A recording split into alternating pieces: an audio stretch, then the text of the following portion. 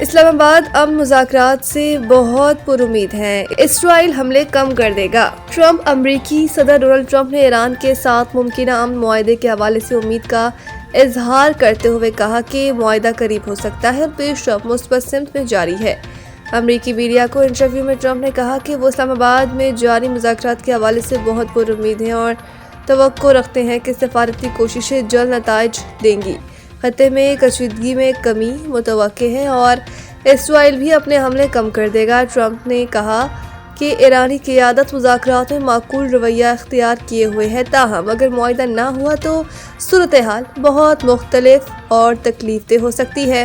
امریکی صدر نے مزید کہا کہ اسرائیلی وزیر اعظم نیتن یاہو نے حالیہ ٹیلی فونک گفتگو میں لبنان پر حملوں میں کمی کی رضامندی ظاہر کی ہے۔ صدر ٹرمپ کے مطابق ایران کے ساتھ بات چیت میں پیش رفت ہو رہی ہے اور دونوں جانب سے سنجیدگی دکھائی جا رہی ہے، جو ممکنہ معاہدے کی راہ ہموار کر سکتی ہے۔ اگر مذاکرات کامیاب ہوتے ہیں تو یہ نہ صرف خطے بلکہ عالمی امن کے لیے بھی ایک اہم پیش رفت ہوگی۔